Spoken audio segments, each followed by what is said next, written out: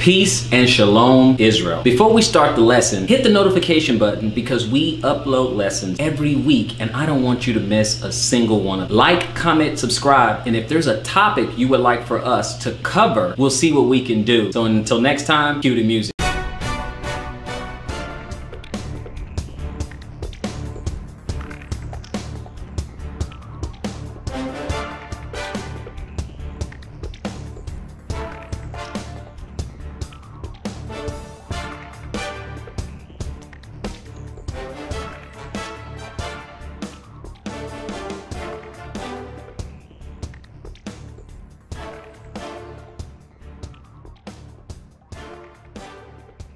All praises to the Most High God of Abraham, Isaac, and Jacob. And peace to everyone joining me on this program. It's the Fountain of Israel Bible Studies program. And as always, it's an honor and a pleasure for me to stand before you on the Lord's holy Sabbath day. Now, the name of this lesson is Mythology and the Bible. Mythology and the Bible. Now, one of the things, there's a number of subjects that I don't really get into because I try to stay in the areas where, you know, is it important to God? Is it important to our salvation? Is it important to your faith? You know, things like that. Try to just to keep the lessons, you know, relevant, because we have a lot of other, how can I say, to kind of side doctrines or pet doctrines or things like that, where it comes to, you know, creationism or the age of the earth or whether or not it's flat or round and things like that. We know there's a lot of subjects out there, right? There's a lot of other side doctrines out there, for the lack of a better phrase, a lot of other side doctrines to where we can get lost. We can go down a rabbit hole and just and talk about so many different things. But I try to keep, I guess, in this, try to ground it. I try to keep all the doctrine and things that we talked about here grounded, right? So I don't really teach on some of those other things, even though I've studied some of those things. Don't get me wrong. I'd study and look into creationism and young earth versus old earth and flat earth and round earth and all. I look at all those things, okay? Just making it known. I look at all those things, but it just doesn't mean that I'm going to necessarily teach it here. It doesn't necessarily mean I'm going to do that. But this lesson, I want to focus on the mythology, because this goes back to, I mean, over a decade, you know, or two, where you know, well, at least that's when I was in Christianity, and a lot of things would come up, right? A lot of things would come up, and it usually come from the side of those who may be non-believers or atheists and things like that, and they'll be like, okay, the Bible is just a book of fairy tales. It's a big book of fairy tales. It talks about all these mythological creatures and things like that, right? That's why this lesson is coming to be. I want to talk about some of those things. And back then, okay, in Sunday Christianity, there was no answers, or there were very, very poor answers, right? They'll, you know, they're talking about, yeah, it's talking about unicorns and satyrs and dragons and all this other stuff. And we, you know what, we're going to deal with those things. We're going to deal with that. And I think where a lot of people fall short is that they don't go back and look at definitions. You got to look back at etymology, how words change and evolve over time. Raise your hand if you know that some words have more than one definition, right? And so that's the thing that we have to look at. We have to understand that words change over time, okay? It meant something at this point in time, and then it changed and evolved later on, right? There's a lot of things. There's words we use today. Same word totally means something else, okay? Completely means something else. And it hasn't been, I mean, word meanings and everything, slang, you know, how we speak today, it seems like it changes every 2 years, okay? You know, it used to be crunk, now it's lit, you know, I mean, it's just, words change and the meanings change, right? So, and that'll change pretty soon, okay? That'll change before so long, right? So let's go ahead and look at some of the things that people like to dismiss, right? You have the atheists and things they like to dismiss because they say, hey, it's a big book of fairy tales. And then we run into the problem where those who are believers get stuck because they're like, well, how do I respond to this? How do I answer this? Okay, yeah, it does talk about dragons and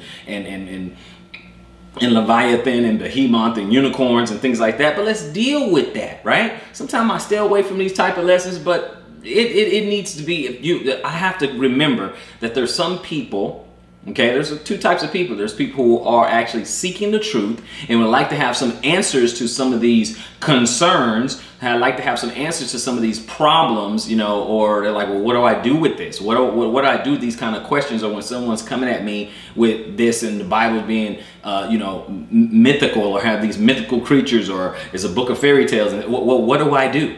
What do I do? Because you don't want one of those people out there, the non-believers, to have this gotcha moment or this aha moment, right, against you. So let's go ahead and deal with it. Let's be a little, you know, let's look at some things. Let's get back like we were in school and look at things, look at the history, look behind words, and then maybe we'll get some understanding. So with that, let's just go ahead and get into some of these things that we're going to deal with, right? So first up, we're gonna deal with, you know, dragons, right? And the Bible mentions it a number of times. It mentions it in Nehemiah and Psalms and Jeremiah, Ezekiel, and of course in Revelation. But let me just tell you at the outset, I'm not gonna dealing with in Revelation, right? Because that is metaphorical, okay? That is imagery, okay? It's talking about Satan. It's talking about the system. It's talking about, you know, it's not talking about a literal dragon, in other words, right? In Revelation, we're not talking about an actual dragon. It's just metaphorical, it's apocalyptic and stuff like that. So we're gonna leave Revelation out of it, right? Because we can all get that it's not talking about a real, you know, it's talking about Satan, it's talking about so many different things, right? So we're not gonna go there, right? So we already know that. We don't have to waste a lot of time on that. So we're gonna stay away from that, but we'll go to some of the other places that talks about dragons, right? So let's go Nehemiah 2:13. Let's see, Nehemiah 2:13, and it reads, "And I went out by night by the gate of the valley, even before the dragon well, and to the dung port, and viewed the walls of Jerusalem, which were broken down, and the gates thereof were consumed with fire." So that's one of the earliest mentions of where it says dragon in the Bible. Okay, so we want to know dragon. So one of the things that we have to realize is that is the term that they had. That's the only term that they had, right? So I'm not going to even hold you. Let's just cut to the chase, right? So we're talking about a lizard, and we're going to look at these. We're going to talk about great lizards, right? That's really what we're talking about. We're going to get into the definition and everything. But you don't have to feel some type of way just because someone says that and it's dragon, and you feel like, oh well, dragon's a mythological creature or whatever. I know what they say. We know what's the first thing that pops in your mind when you hear the word dragon, right? You look at all the various cultures and stuff. You can look at the Asian culture where they have certain dragons and all that other stuff, year of the dragon. Even in their zodiac they have a dragon.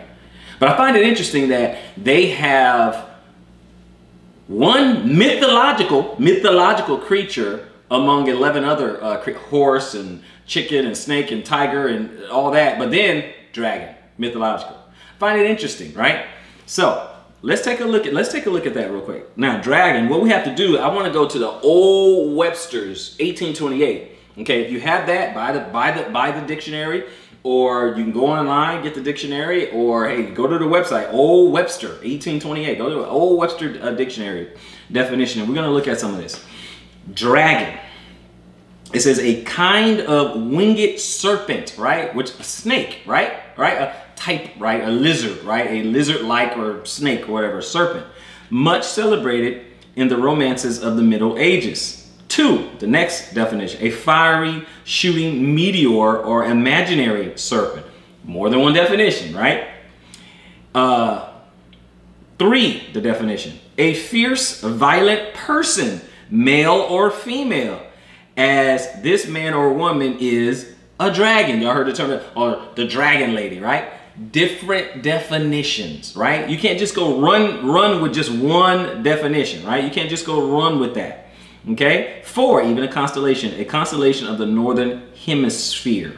Okay, and so it says it's found in Isaiah and the Psalms, and we're going to go to some of those, right? So what we're saying now, I want you to imagine in your mind, we go to these places or whatever, it's talking about something they literally can see before them, that they have seen, or they can, or they're looking at it, or whatever the case may be, right? Then we have to look at it. So they're not going to compare. Think about that. You're comparing something real and literal. You say, okay, there's a cow, there's an elephant, there's a buffalo, there's a dragon.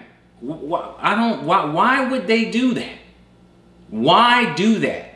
So, we got to understand dragon is a very old term, right? Which is befitting of someone back in the biblical times, right? That's befitting. But we're going to go to some of those other places where it is mentioned, right? Dragon, okay, Psalm 91:13, okay? We're going to go to Psalm 91:13. Let's look at it. Thou shalt tread upon the lion and adder. The young lion and the dragon shall thy trample under feet. Okay, so what does that mean? The dragon. Okay, so let's look. We saw the Old English definition. We're going to look at in the Strongs, and what does that mean? What does dragon mean in the Strongs, which is the Hebrew 8577, which is tanin. Hebrew 8577, tanin. Okay, in the lexicon it says it's a dragon, a serpent, a sea monster, a dragon, or dinosaur. Interesting. Now we do understand that this term dinosaur was coined in the 1800s. Now we're talking about something about 2000. How old is your Bible? 2,000 years ago? 1800s? What, a little over 100 something years ago? So for them to describe something, they probably say dragon because there was no such word as dinosaur. There was no such word. So basically what it is a dragon, serpent, sea monster, dragon or dinosaur. Next one, sea or river monster. Now monster, don't worry, people freak out. Monster, no, it's just big and scary. That's all monster broken down really is, okay? It's big and scary. That's it, all right? So a river or a sea or river monster, a serpent or venomous snake.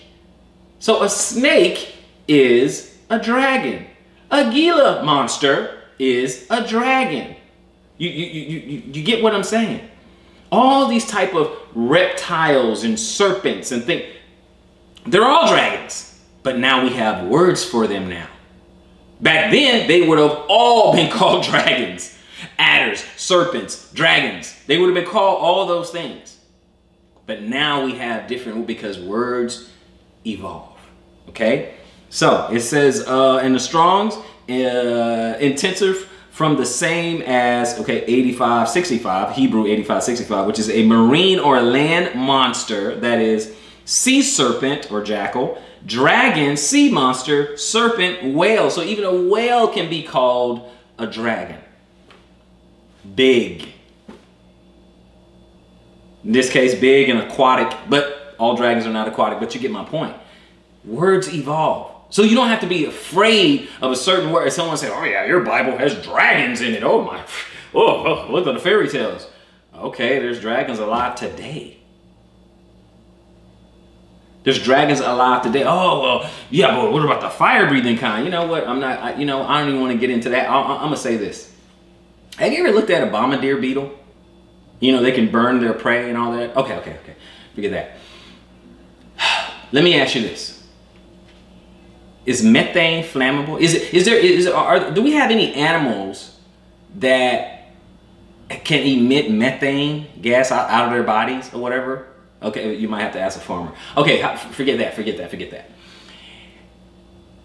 If there was no, let's say jellyfish were extinct, right? They've been extinct long ago, right? Long ago. All we have is somehow we have some fossil remains. I know they don't have bones, but we have some of their remains, right? So it's just some skin or some of their little tentacles or something like that. And that's it, nothing else. We don't have them on film and picture, nothing. We just got that, right? And they've been extinct long ago. How would we know that they have type of neurotoxin in there? You know what? I got a better one. The electric eel.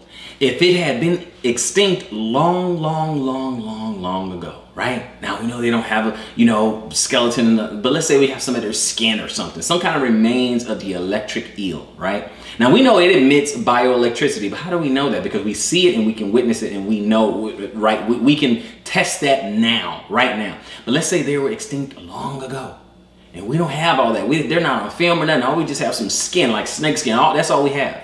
How will we know that that animal emits electricity? You can't tell from the skin. And even if you had bones, I'm just saying, I know they don't, I know. But even if you had bones, how would the bones tell you that it emitted electricity? We wouldn't know. So my point is, because some people say, well, you know, Brother Robert, what are you going? My point is, even if we did have some of these great lizards and everything of the past that went extinct, what if they were able to breathe fire? How would you know? If all we have are bones, how would the bones tell you whether or not an extinct animal could breathe? Let's move on. Let's move on. Okay, so we have that in dragon, right? So we're going to look at a few more, some of the other places that it says. We already did the whole Psalm 91:13, Jeremiah 51:34. Let's go to Jeremiah 51:34. Let's look at, let's keep looking. I'm just trying to get you to, let's just start thinking. That's it, right? I'm just trying to get you to think. Jeremiah 51, right? The reason why I'm doing this lesson is because these words are found in the Bible, okay? So I want to talk about the things that are in the Bible, and I certainly want to help my fellow believers if they struggle with something and they trying to put certain things together and like, hey, you know what? People are out here, you know, saying certain things and I'm getting stuck. You know, I'm getting stuck on this whole mythological thing, right? Jeremiah 51:34. I don't want this to be a stumbling block for you guys, right? Now, this is just kind of a metaphor, right? But it says, Nebuchadnezzar, the king of Babylon, has devoured me. He has crushed me. He has made me an empty vessel. He has swallowed me up like a what? Dragon. He has filled his belly with my delicates and has cast me out, right? So that was just a comparison. That was a metaphor. But they're using the metaphor of something that was around at the time. Swallow me up like a great lizard, like a great serpent. Swallow me up like a dinosaur, right? Now, I know a lot of people are going to have a big problem with, you know, with dinosaurs, well, they were contemporaries with humans and stuff. Hey, look, you go do your own research, okay? But there's a lot of evidence that suggests, yes, they were contemporary with man. So, yes, the Flintstones got it right, okay? So, hey, but you go do your research. Do your research. Don't take my word. Don't just take my word.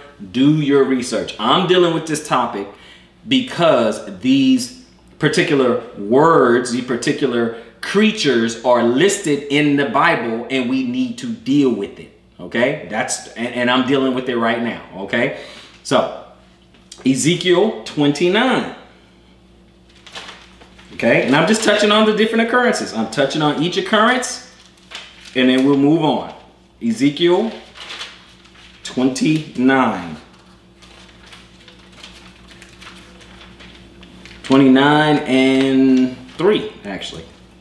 Ezekiel 29:3. These are the different occurrences. And it says, speak and say, thus says the Lord God, behold, I am against thee, Pharaoh, king of Egypt, the great dragon that lieth in the midst of his rivers, which has said, my river is mine own, and I have made it for myself. Again, a metaphor, comparing, right? Now, this is more of a sea monster, but it's a comparison. It's a comparison, right?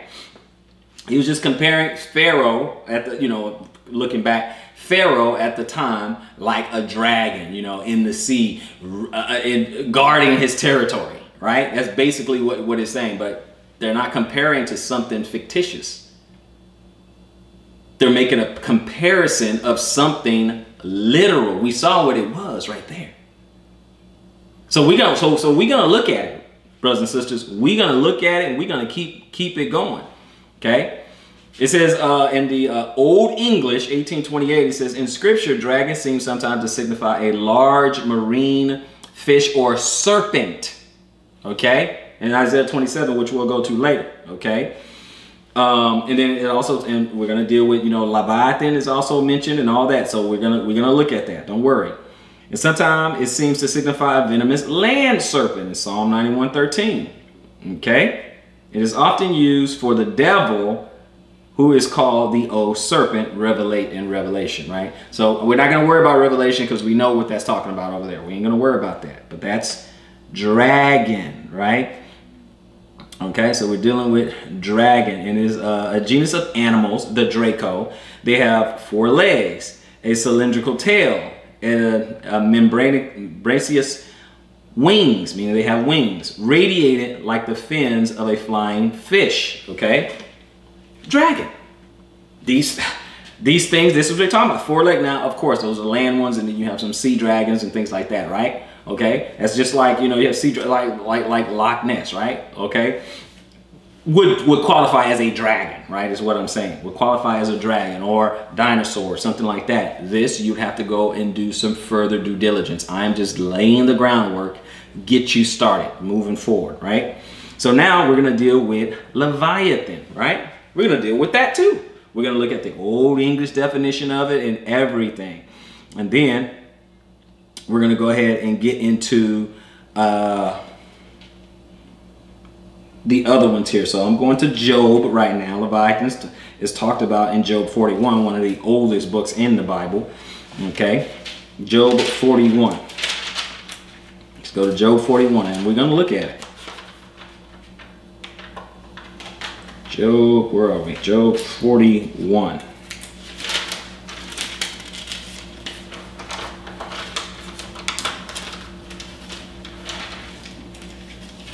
Okay, Job 41. Okay, so Job 41 and 1. Now let's look at it.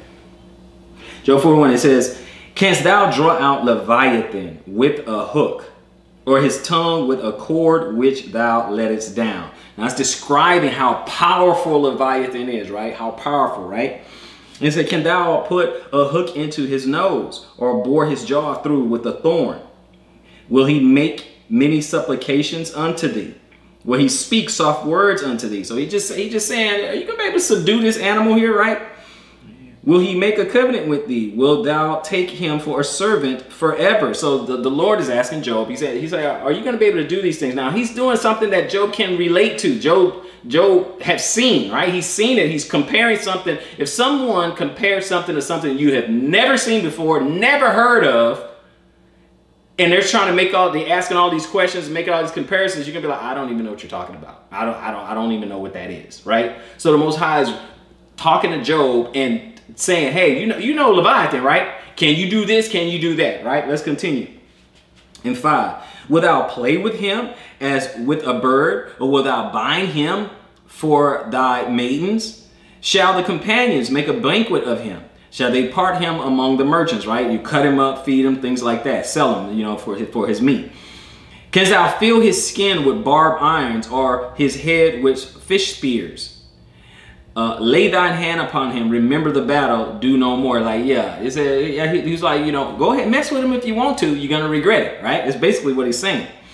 "Behold, the hope of him is in vain. Shall not one be cast down even at the sight of him?" Like they'll faint to death just looking at how powerful and terrifying this creature is. That's basically what he's saying. "None is so fierce that dare stir him up. Who then is able to stand before me?" Okay, this is what he's talking about. Okay, "Who has prevented me that I should repay him? Whatsoever is under the whole heaven is mine." We can skip 11, right? Because we're talking about the Most High, but go back to 12. "I will conceal his parts, nor his power, nor his comely proportion. Who can discover the face of his garment? Or who can come to him with his double bridle?" Okay, who's going to tame this to him? "Who can open the doors of his face?" Can open his mouth, right? Open his mouth, terrifying teeth, a whole lot of teeth, right? "His teeth are terrible round about." He has whole rows of teeth, right? Now I know in some places they say they're like a crocodile, but please give me a break. Okay, there's a little more going on there, right? "His scales are his pride," right? His like natural body armor, right? "Shut up together as with a closed seal," right? Not a whole lot of air escaping between them, right? "One is so near to another that no air can come between them." I just said that, right? 17. "They are joined one to another. They stick together. They cannot be sundered. By his neesings a light doth shine, and his eyes are like the eyelids of the morning." Okay, sounds like a dragon, doesn't it? Sounds like a dinosaur, but a fierce one. Right? Sounds like that, right? Now, what does it say in 19? "Out of his mouth going burning lamps, and sparks of fire leap out." Sounds like a fire-breathing dragon, or we could say a fire-breathing dinosaur. So when you hear about these mythical legends of, you know, dragon slayers and the knights and stuff like that, yeah, it was a dinosaur or a lizard or something that could probably spit fire, right? That's why they're extinct. Very, very dangerous, right? And out of his nostrils goeth smoke, and out of his seething pot or cauldron. His breath kindled coals. That's pretty hot. And a flame goeth out of his mouth. That's one heck of a dinosaur now, isn't it? In his neck remaineth strength, and sorrow is turned into joy before him.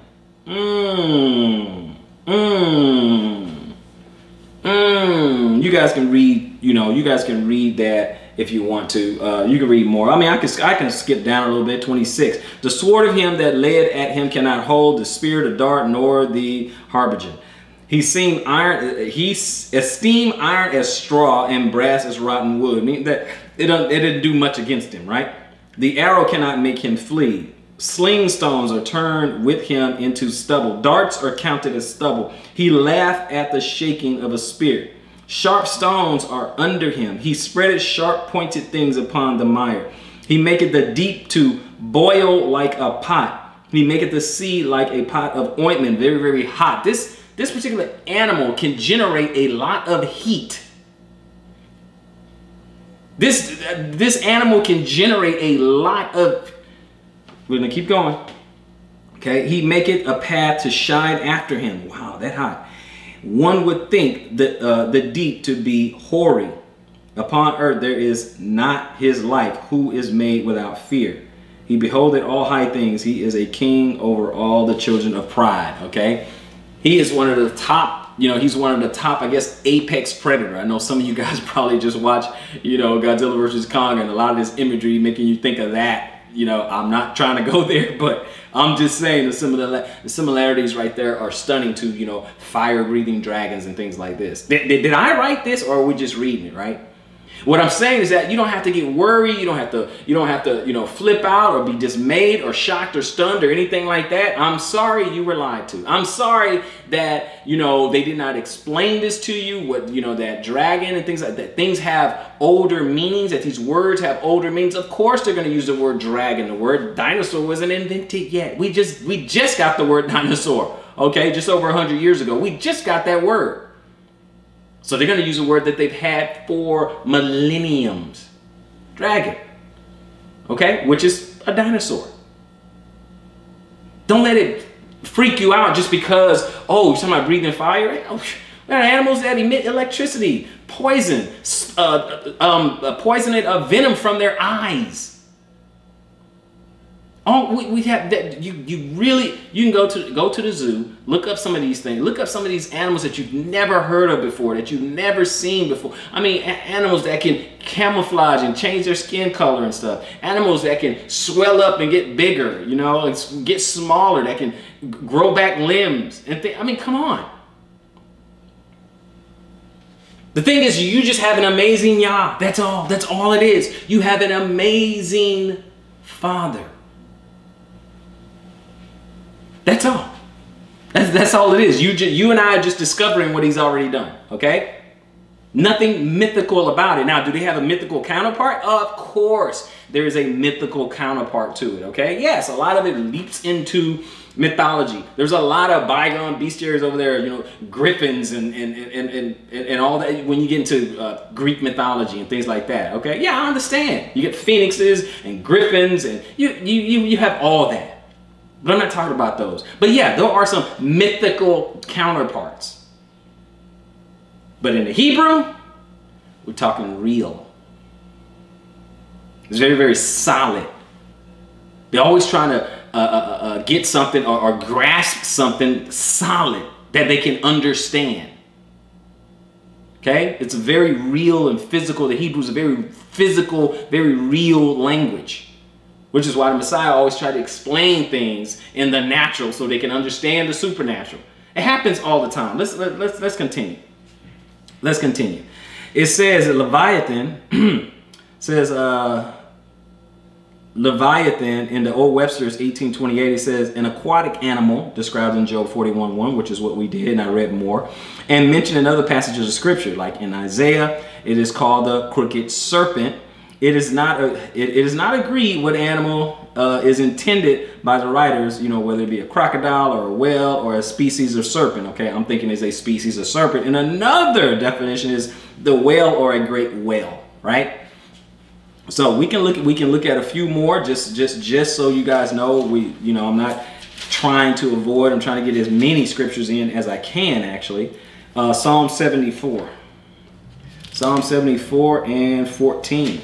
Okay, and it says, "Thou breakest the heads of Leviathan in pieces, and gavest him to be meat to the people inhabiting the wilderness." Right. So let's go Psalm 74:14. I want to go into the Strongs for this one. Psalm 74:14. 74:14. Okay, when it says break the heads of Leviathan to pieces, look at Leviathan, which is in the Hebrew 3882. Okay, Leviathan. Okay, Leviathan, right? To pronounce it. Okay, Leviathan. All right, and in the definition it says Leviathan, a sea monster, a dragon, a large aquatic animal. Next definition, perhaps the extinct dinosaur, the plesiosaurus. Exact meaning unknown. They say it might be a plesiosaurus, right? And in this particular, lesson, I might put a couple of images on the screen for you guys so you can, see what they're talking about and get some of these images there, right? But okay, it says what? A sea monster, a dragon, a large aquatic animal. So yeah, the Bible talks about Leviathan. Okay, so what? It's a large aquatic animal, right? Perhaps an extinct dinosaur, the plesiosaurus, or something like that, right?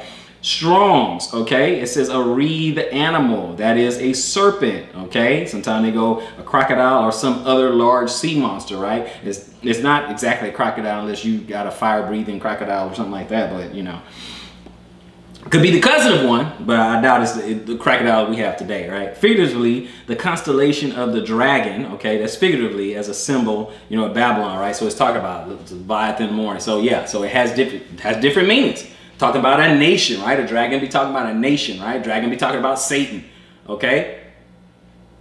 But what we talking about here is an aquatic animal, an actual animal that existed.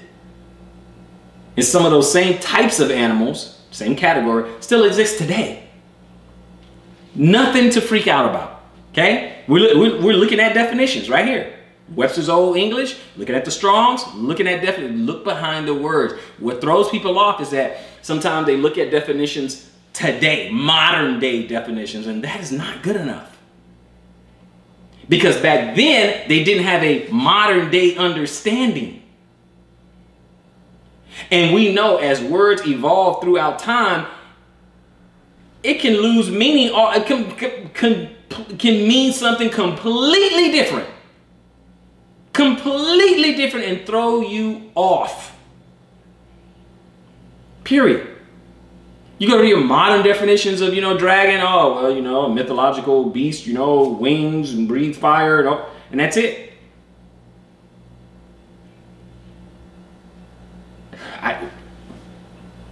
So we got to understand. We got to look behind these words.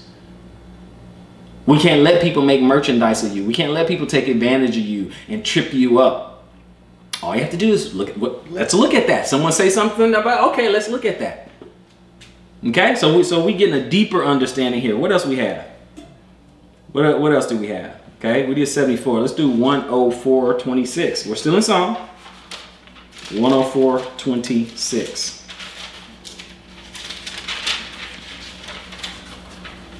We want to touch on some of all these mentions of 104.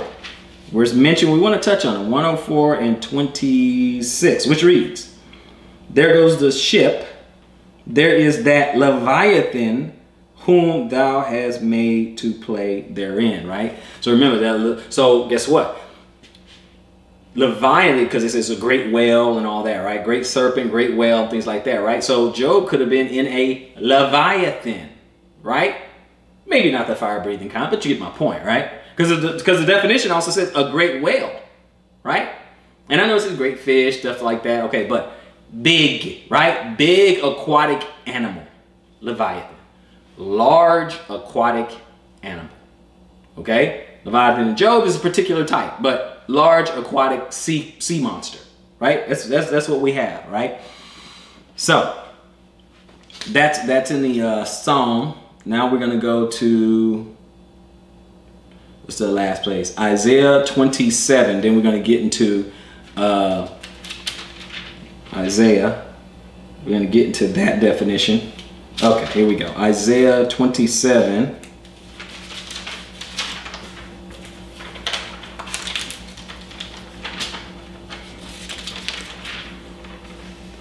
and 1. Now watch this. It says, in the day that the Lord with his sore and great and strong sword shall punish Leviathan, the piercing serpent, even Leviathan, that crooked serpent, and he shall slay the dragon that is in the sea. Large aquatic animal. Fierce, could be fierce, fierce, large aquatic animal. Leviathan. That's what it is, people. Nothing mythological about it. And as I said earlier, yeah, there are some mythological counterparts, okay? But all myths come from somewhere. Keep that in mind. All myths come from somewhere, and it's not always just in someone's imagination. All myths come from somewhere, okay? There'll be a little bit of truth in there somewhere, okay? So we have this understanding, okay? Where you have other people, they talk about, your Bible, it talks about unicorns. Again, I'm gonna put graphics on the screen so you can have an idea of what we're talking about. Now, unicorn, real simple, okay? One corn horn. One horn. That's what we're talking about. Say a one horn creature. I understand that the mythological counterpart is a horse with a horn in his head. Okay, I understand that. I get it. You know what else is a unicorn? There are unicorns in the sea. Call it what, a narwhal, right? I'll put that on the screen. But don't just because there is a mythological counterpart does not necessarily mean there is no reality to it, meaning there isn't a real counterpart. There's a real representation. So that basically any animal, can you think of an animal with one horn?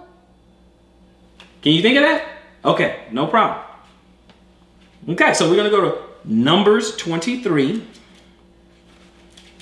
Okay, Numbers 23, we're going to look at definition, and we're going to go look at the Strongs too. We're going to go 2 places to get an understanding. And I want to use old definitions, right? That modern stuff, that can get you tripped up real quick. Okay, so we're talking about 23 and 22. And it says, God brought them out of Egypt. He has, as it were, the strength of a unicorn. The strength of a unicorn. Go to 24. 24 and verse 8. God brought him forth out of Egypt. He has, as it were, the strength of a unicorn. He shall eat up the nations, his enemies, and shall break their bones and pierce them through with his arrows. Okay? Strength of a strong unicorn. Strength of a unicorn. Interesting. Unicorn. Interesting. Okay, no problem. All right, no problem. Don't worry, we're gonna get into definitions and everything. Let me hit Job real quick, and we'll get to it. Let me hit Job real quick. Job 39.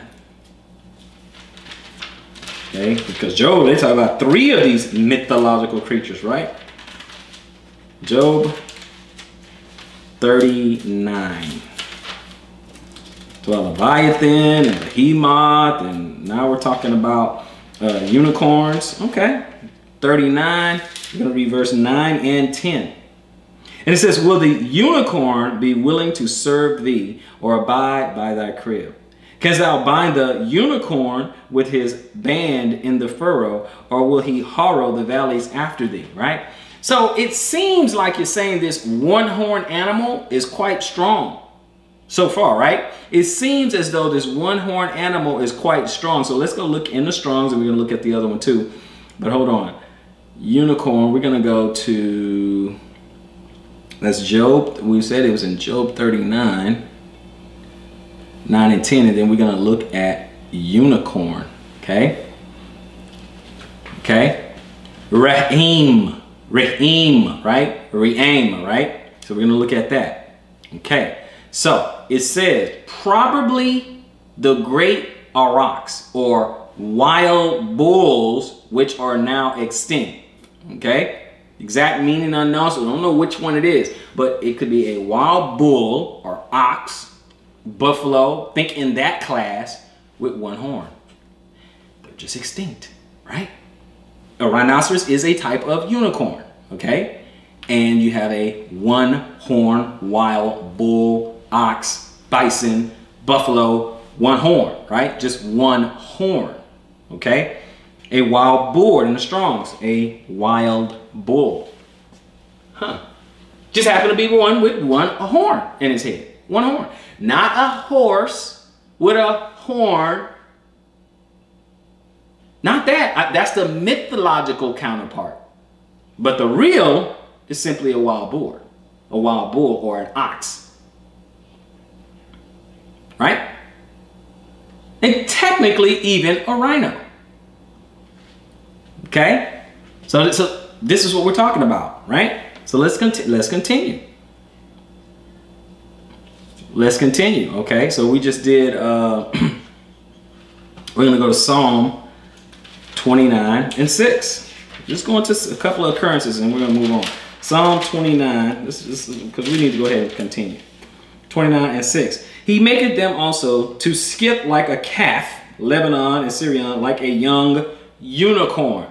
Now the imagery, is it starting to make a little bit more sense? This unicorn, right? It's starting to make some sense now, okay? And also the Old English, okay, definition is coming from the Latin, okay? Unicornus, unus, one, or cornu, horn, one horn. That's just what it means in the Latin, right? An animal with one horn.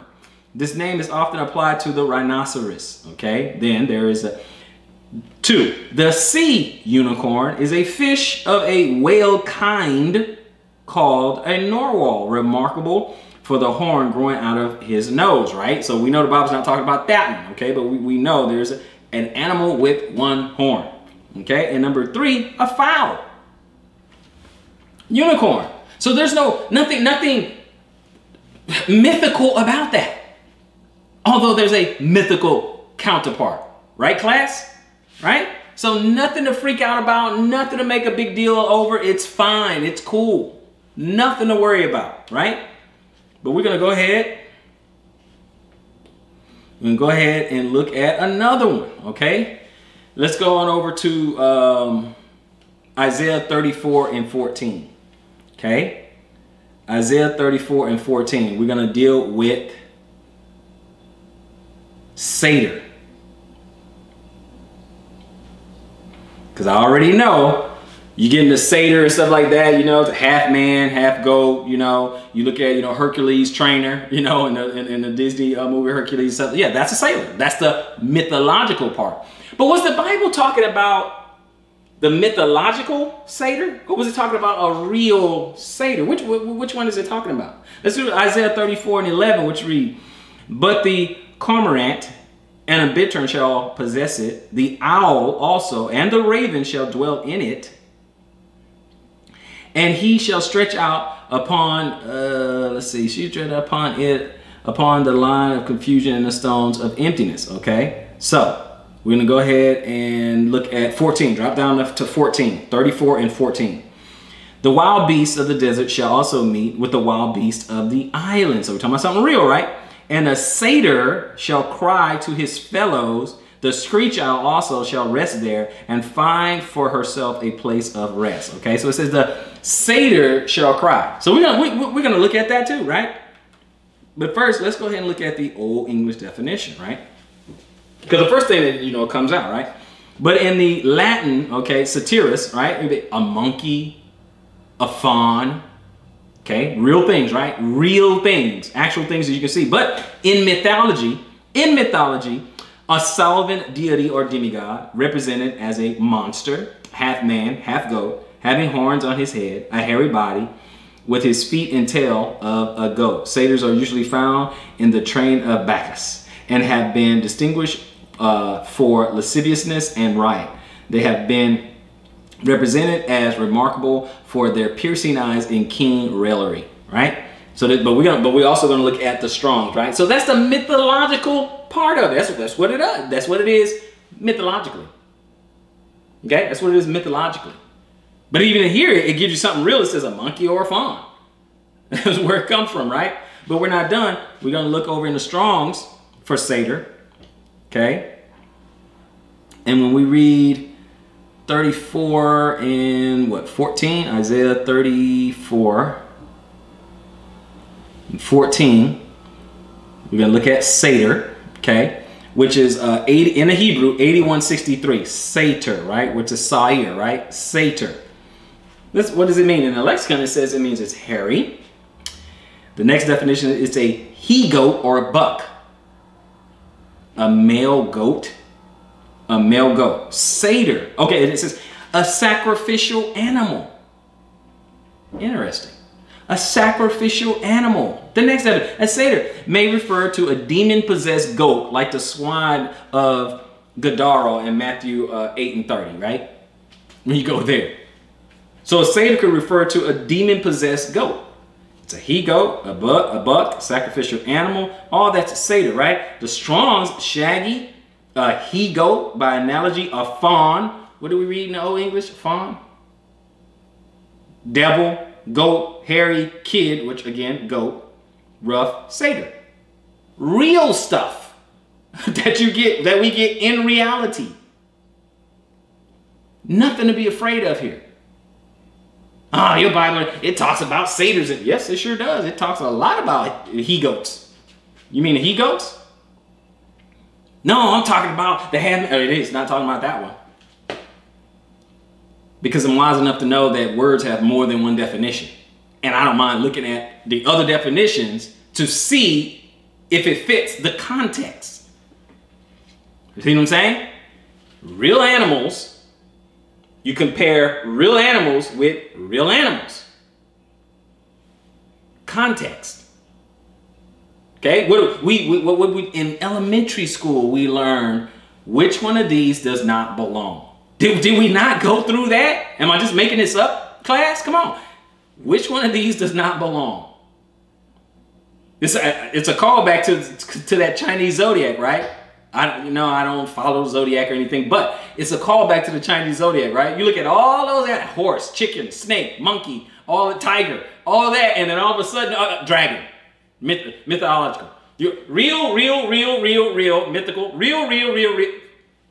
Which one of these does not belong? Let's continue. Okay, they're all real. Okay, they're all real animals, I should say. But we're gonna continue. We did that. Okay, let's look at Behemoth, right? Let's look at Behemoth, right? We want to look at that. Job 40 and 15, okay?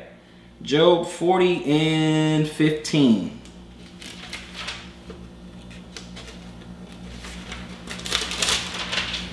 Okay, Job 40, 15, it says, behold now, Behemoth, which I made with thee. He eateth grass as an ox. So he's an herbivore, right? Lo now, his strength is in his loins, his legs, the underpart, and his force is in the navel of his belly, his center of gravity, right? He moved his tail like a cedar tree. So his tail has to be as big as a cedar tree, right? As a cedar, okay? The sinew of his stones are wrapped together. He is strong. His bones are as strong pieces of brass. His bones are like bars of iron. Hopefully I have a graphic on the screen for this. He is chief of the ways of God. He that made him can make his sword to approach unto him. Okay. Surely the mountains bring him forth food, where all the beasts of the field play. He lieth under the shady trees in the covert of the reed and fens. The shady trees cover him with their shadow, and the willows of the brook compass him about. Behold, he drinketh up a river. Wow, this animal is quite thirsty, can have a really big thirst, right? And hasten not. He trusted that he can draw up Jordan into his mouth. An animal that is huge, that is an herbivore, and can consume a lot of water. He is huge. Okay. He take it in with his eyes, his nose pierced through snares. Very strong, very large, big tail, big legs, big underbelly. Big. Are you following what's going on here? He's describing something, Most High, describing something to Job that he can see, that is before him, that is right there. Behold means look, right? Behold. Look, right over there. Look at Behemoth. Are we starting to get it, brothers and sisters? But we're going to look at the Old English. It says a beast or brute, big, right? From the Arabic, okay, which signifies to shud, to lie hid, to be dumb, right? One of the definitions. But let's continue. Authors are divided in the opinion as to the animal intended in Scripture by this name. Some opposing it to be an ox. It's not, right? It doesn't fit the description. An elephant. I don't think it's an elephant because the tail is not like a cedar. That tail is more like a twig on an elephant, right? So no, okay, big like a tree. I'm talking about a tree, right? Some people say, hippopotamus or river horse. Okay, I'll go with the river horse. I'm not going with hippopotamus, right? The latter opinion is most probably, they say, the hippopotamus. The original word in Arabic signifies a brute or beast in general, especially a quadruped, right? So that's what it says there, right? So we're going to go in the Strong's, Job 40 and 15. We're going to go Job 40, 15, and we look at Behemoth, right? Behemoth, okay, in there, and it's the Hebrew 930, H930, okay, and it says perhaps an extinct dinosaur. Perhaps an extinct dinosaur, a diplodocus or a brachiosaurus. Perhaps one of those is what it. Yes, so man and dinosaur are contemporary. I know that flies in the face of, the earth is, millions and billions, well, not millions, but billions and billions and billions and billions upon billions of years old. I know that. I understand that. But what are you reading in front of you? This is what they meant at the time. This is what it is.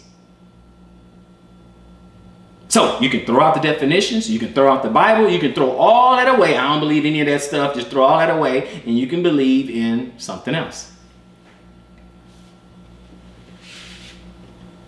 That's not proven. Billions and billions and billions. That's not proven. That's not proven. But I'm not going to get into that. I'm not going to get into the old earth, young earth. I'm not going to even get into that. I'm just explaining what the words mean. Old definitions. We go into the Strongs. We go into the Webster. We go wherever you want to go. Just go old. So, the Behemoth is perhaps an extinct dinosaur, a diplodocus, or brachiosaurus. And this is back here, right here, in the time of Job. In the time of Job, one of the oldest books in the Bible. So it goes back pretty far. Okay, so let's go ahead and start wrapping this thing up. Okay, we dealt with that. Now we're gonna do one more and close out, right? We're gonna do Isaiah 14. Okay, Isaiah 14. We're going to deal with Cockatrice, which is easy. Cockatrice is pretty easy. Okay, but again, mythological creatures and things like that. So Isaiah 14, and we're going to look at 29. Okay, now it says, rejoice not thou, O Palestina, because the rod of him that smote thee is broken. For out of the serpent's root shall come forth a what? Cockatrice, and his fruit shall be a fiery flying serpent. A fiery flying serpent. Okay, but we're talking about the cockatrice, right? We're going to look at the definitions and everything. It's real simple. Okay, the old English definition of it, one of the definitions is a serpent imagined to proceed from a chicken's or the cockatrice, a cock's egg, right? But the thing is, we know that serpents or reptiles also lay eggs. So, you know, so that's in mythology, it's one of those type of things, right? But you know, in a cockatrice, it's a serpent, it's a snake. Okay, a cockatrice, it's a snake, right? It's a serpent. Okay, and it comes out, it proceeds out from an egg. Reptiles do that all the time. Nothing mythological about that. Nothing mythological about that. My goal here is so that people don't get tripped up over these things, right? Word meaning, the meanings change, definitions change over time. I wish that dictionaries today, instead of changing meanings or whatever, when you have these dictionaries, just add, right? Don't take out the old stuff, because when you read something that is old, you need the old definition. Does that make sense, brothers and sisters? If you read something old, you should have the old definition. So when you have a dictionary and it's updated and updated and updated, okay, just add another entry. Okay, here's another meaning for it, and here's another meaning for it. But keep all the old meanings. Right? So that's all I'm saying, brothers and sisters. Those are the type of things we want to go to. So in Isaiah 14:29, I want to look up cockatrice real quick. Isaiah 14:29, I want to look it up in the Strongs. Isaiah 14:29, okay? And we're going to look up cockatrice real quick, okay? Which is the Hebrew 68:48. And what does it say it is? It's a poisonous serpent, a viper, snake, or adder. What's mythological about that?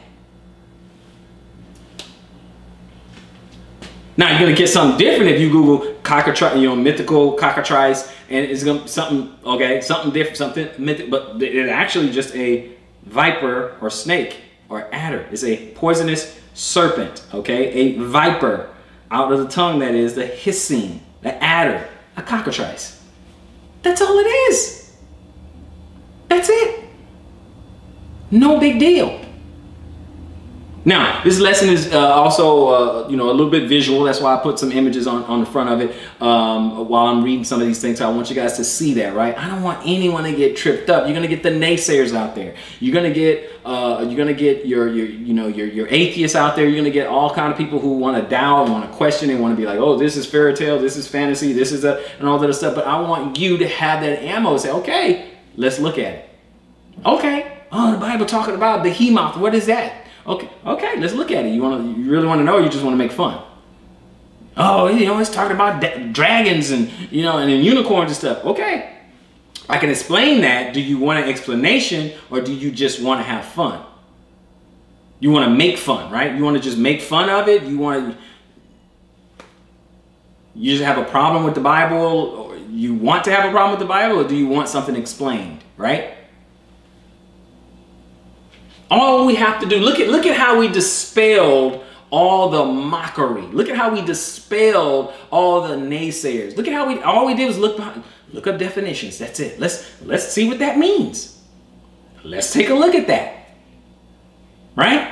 Real simple. Let's just do our research. Let's look behind the definitions. We don't have to be afraid. We don't have to hide our head in the sand. We don't have to do any of that stuff. All we have to do is study to show ourselves approved. If you're confused, seek and ye shall find. It's real simple. So this lesson, we just dealt with the mythology in the Bible, and we wanted to dispel some of these notions that it's just a bunch of fairy tales in the Bible. Bunch of mythological creatures in the Bible. I hope somebody's got some understanding in it. So until next time, search the scriptures and prove all things. Shalom, Israel.